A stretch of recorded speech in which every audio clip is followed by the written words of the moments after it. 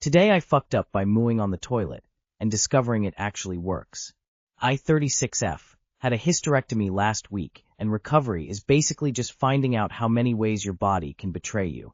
Sneezing feels like being stabbed, coughing is a crime against humanity, and pooping? LOL, good luck. So I'm up late Googling tips because I'm desperate, and I find this random comment where someone goes, "Just moo like a cow, it relaxes your pelvic floor." I rolled my eyes so hard. But next morning I'm on the toilet, sweating, bargaining with the universe, and thought, fine, let's moo. And I did.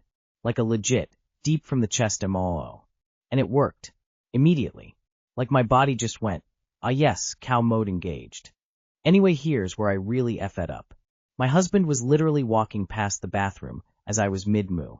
He opened the door, we don't usually lock it, and just caught me. We made eye contact. I froze. He froze. And then I absolutely lost it laughing.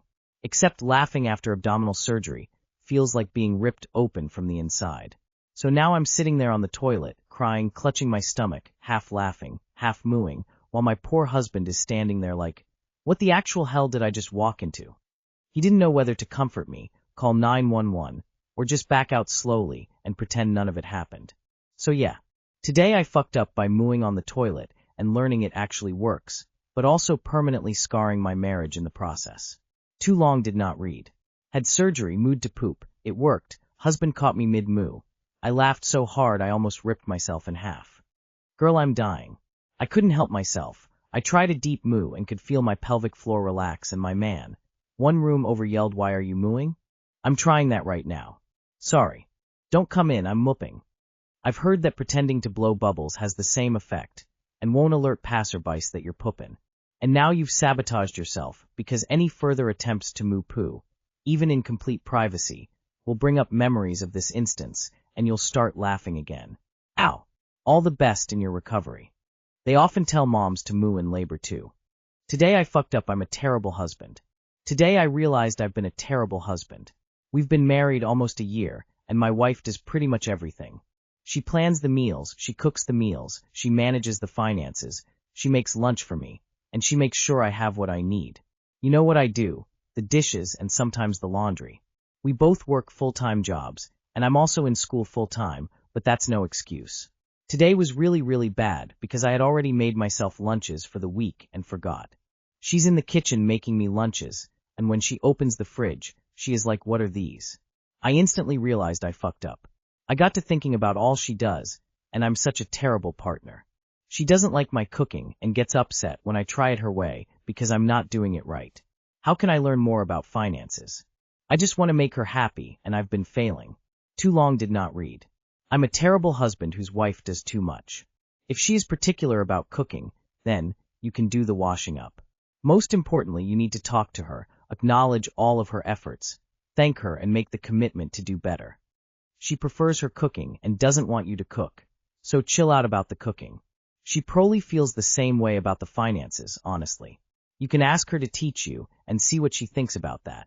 But instead, if I were you, I would do the cleaning. Take over doing all the dishes. Clean the bathroom once a week. Vacuum once a week. Clean out the fridge once a month. Take out the garbage as needed. Always be the one to bring it to the street. Here's a helpful guide on when to do what for cleaning. And do your own laundry always. She does hers, you do yours. Always feel like she's doing 40% and you're doing 60%. If you both feel that way, you're doing great. On one hand, yes, you should absolutely do more in the end. However, with a person who gets upset when you try to actually do things, that might take a while. Some people are control freaks and think things only work out when they do it themselves. That's not just on you. Good on you for noticing an imbalance and wanting to amend things. Perhaps a place to start might be to think about what skills you do have and what jobs you can apply them to, rather than working out what she already does and trying to learn the skills to do those jobs. Someone seeing a job and then just doing it takes so much mental load off the other's shoulders. And beyond that, communicate. What would she like help with, what can be shared, and what can be delegated? The main thing you want to avoid is inadvertently making more work for your wife because she ends up having to be manager/supervisor. Good luck with it. I wouldn't say you're terrible. You've realized there's an issue and you're looking at how to improve the situation. That's a good thing. Start by asking your wife what you can do to help her. Maybe there are some other chores you could take off her hands. Maybe there's something she hates doing that you wouldn't mind. And if you hate it too, then split it. I don't know where you're based, but I know at least the UK and US have personal finance subreddits full of advice, and the UK one at least has a flowchart of how to start off. In the UK, some banks like Barclays also offer courses to help teach people how to manage finances. That could be worth looking at. Communication is key in everything. Sit down and have a conversation with her. I'm sure she'd appreciate hearing how you feel. Today I fucked up by trying to ask for my haircut like an adult. For most of my life I M26 went to the same barber literally aged 2 through 18. I wasn't real adventurous with my hairstyles, and 90% of the time the request was same style, just a bit shorter/longer. I moved to a different city about 5-ish years ago, and ever since have just pulled out my phone, showed the barber a picture, and asked for them to match that. Never was much of an issue, since I only get my hair cut like 3-4 times a year and let it grow out for a while, and I'd been going to a really cheap barber.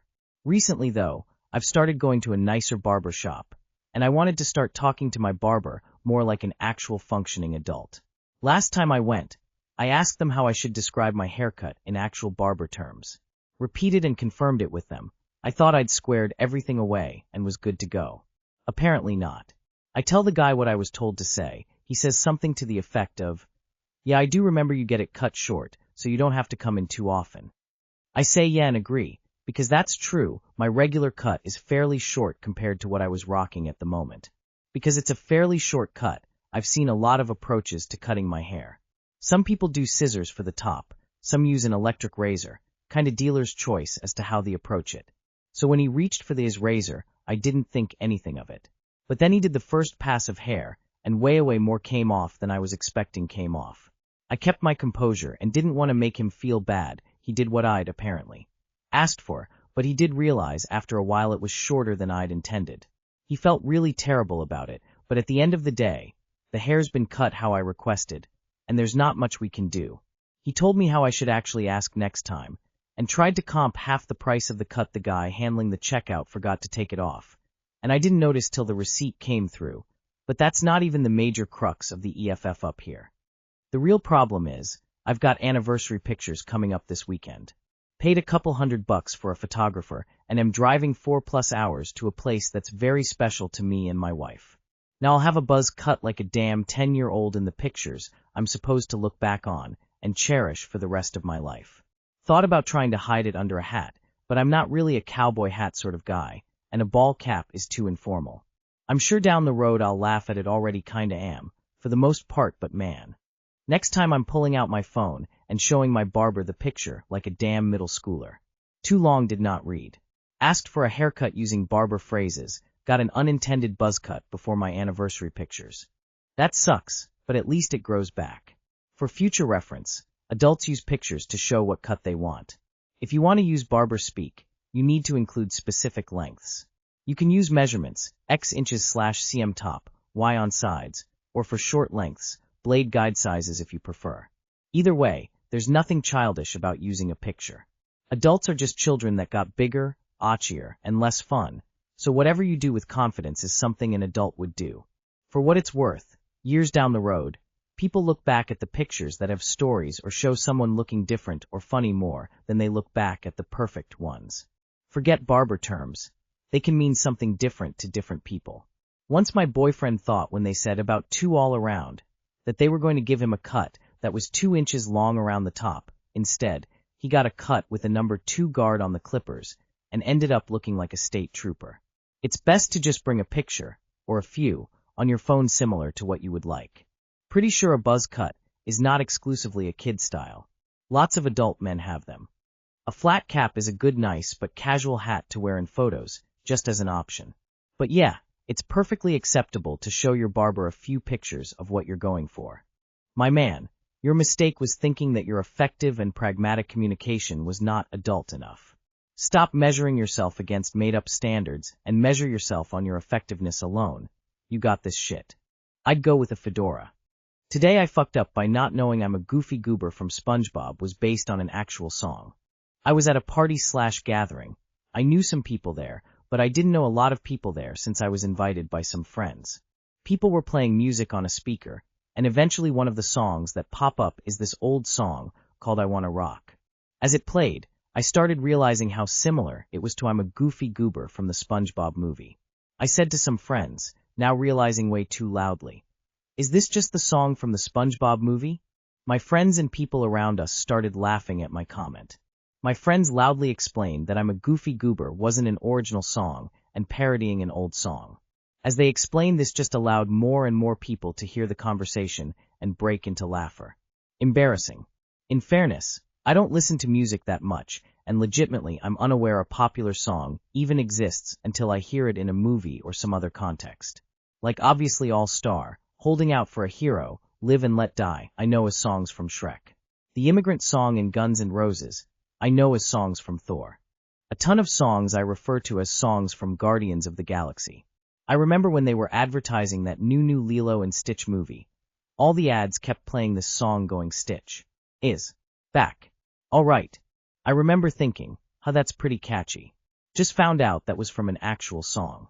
Too long did not read. I embarrassed myself by not know I'm a Goofy Goober was parody. Now you know you're a Goofy Goober that wants to rock. I also did not know that. Goddamn it, dude. Live and Let Die is from Live and Let Die. Man facepalming. I am familiar with the song it's based on, and I also didn't realize it was a parody, to be fair. Up at the party. It's important to note that Goofy Goober Rock is the parody and not the Goofy Goober theme song.